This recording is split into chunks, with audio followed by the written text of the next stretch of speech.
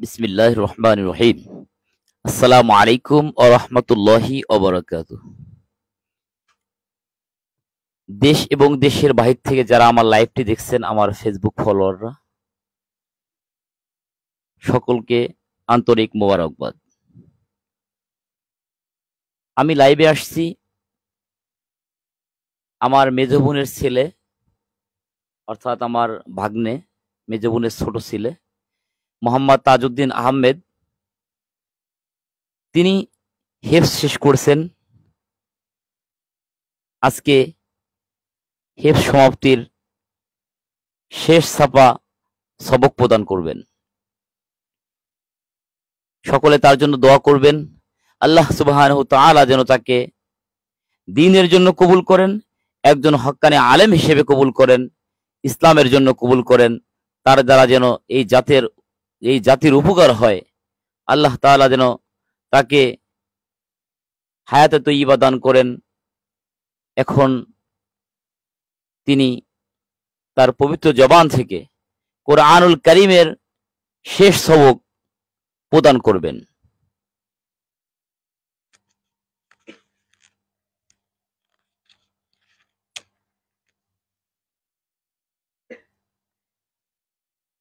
أعوذ بالله من الشيطان الرجيم. بسم الله الرحمن الرحيم. وقالوا كونوا هودا أو نصارى تهتدوا قل بل ملة إبراهيم حنيفا وما كان من المشركين. قولوا آمنا بالله وما أنزل إلينا وما أنزل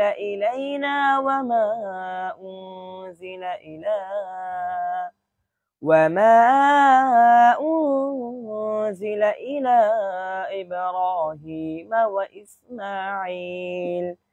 إبراهيم وإسماعيل وإسحاق ويعقوب والأسباط وما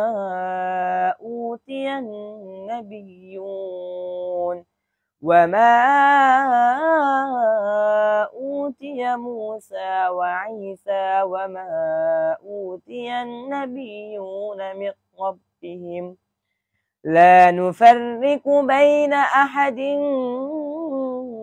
منهم ونحن له مسلمون. فإن آمنوا بمثل ما آمنتم به فقد اهتدوا وإن تولوا فإنما هم في شقاق فسيكفيكهم الله وهو السميع العليم. صبغة الله ومن أحسن من الله صبغة ونحن له عابدون. قل أتحاجوننا في الله وهو ربنا وربكم ولنا أعمالنا ولكم أعمالكم ونحن له مخلصون. فإن آمنوا بمثل ما أم تقولون إن إبراهيم وإسماعيل وإسحاق ويعقوب والأسباط كانوا هودا أو نصارى قل أأنتم أعلم أم الله ومن أظلم ممن كتب شهادة عنده من الله وما الله بغافل عما تعملون.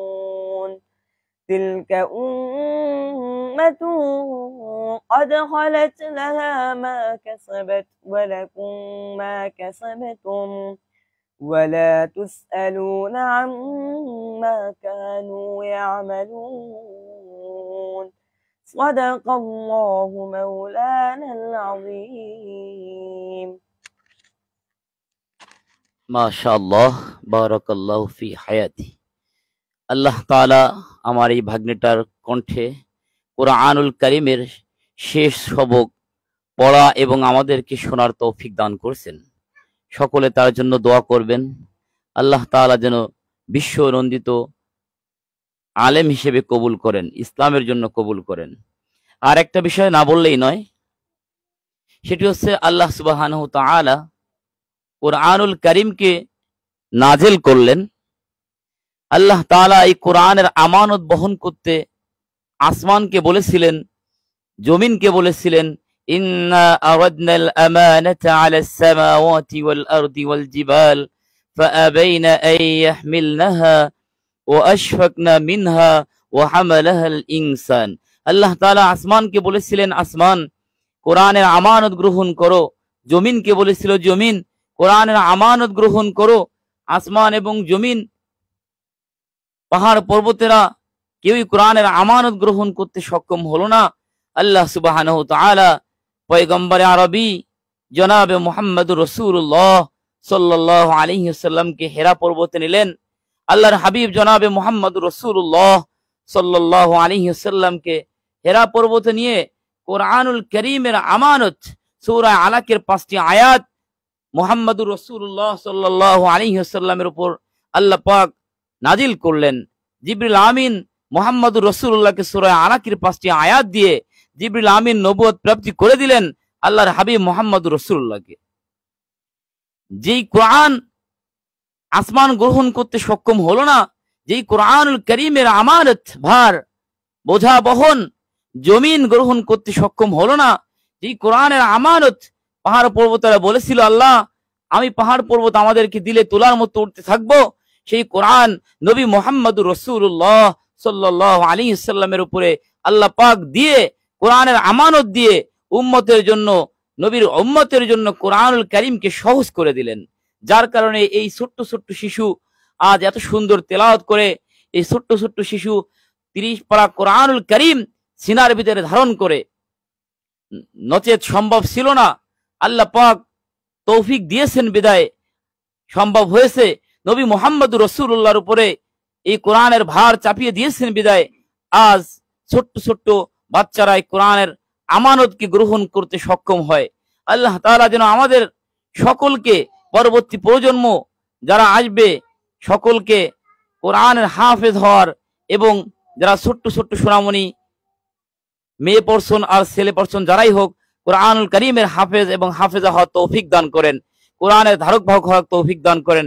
আরেকটি বিষয় হলো, যেটা না বললেই নয়, একজন কোরআনের হাফেজ হাফেজা সে 10 জন মানুষকে সুপারিশ করে জান্নাতে নিতে পারবে। বিশেষ করে তার বাবা মার জন্য আল্লাহ পাক হাসরের ময়দানে যখন ঘোষণা করবে কোরআনুল কারীমের হাফেজকে জান্নাত দান করা হবে, তখন বলবে এই কোরআনুল কারীমের হাফেজ কে ছিল, তার বাবা মা কে ছিল, তাকে ডাকা হোক।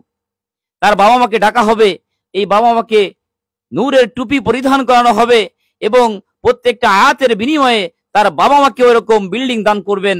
কোরআনুল কারীমের এই হেফজ করার কারণে, কোরআনুল কারীমের এই মর্যাদার কারণে আল্লাহ পাক এরকম জান্নাতের ভিতরে বিল্ডিং দান করবেন। আর যদি এরকম তার সহযোগী কেউ করে, যেরকম তার শিক্ষকেরা যারা আপ্রাণ চেষ্টা করে কোরআনুল কারীম তাকে পড়াইলেন, যারা অক্লান্ত পরিশ্রম করে ধৈর্য ধরে কোরআনুল কারীম তাকে হেফজ করাইলেন, তাদের জন্য অনেক বড় মর্তবা রয়েছে। এবং যারা সার্বিক কল্যাণে ছিলেন, সহযোগিতা করেছেন তাকে হেফজ পড়ানোর জন্য, আল্লাহ পাক তাদেরকেও অনেক অনেক অনেক নেকি দান করবেন। আল্লাহ তাআলা যেন আমাদের সকলকে এই নেকির ভাগীদার হওয়ার তৌফিক দান করেন, এবং পরবর্তীতে সকল বিশ্বের মানুষকে মেসেজ দিতে চাই যেন সকল মানুষ তার সন্তানদেরকে কোরআনুল কারীমের হাফেজ বানান, কোরআনুল কারীমের হাফেজ বানান, হাদিসের এলেম বানান, এলেম অর্জন করান, যেন আল্লাহ পাককে তারা মুহাম্মদ রাসূলুল্লাহর আদর্শ অনুসরণ করে আল্লাহ পাককে পেয়ে যায়। আল্লাহ তাআলা যেন সেই তৌফিক দান করেন। আমা তৌফিক ইল্লা বিল্লাহ। আমি এখন বিদায় নিচ্ছি। সকলে দোয়া করবেন আমাদের জন্য, আমাদের পুরো ফ্যামিলির জন্য। আল্লাহ তাআলা যেন আমাদের সকলকে দ্বীনের সঠিক বুঝ দান করেন।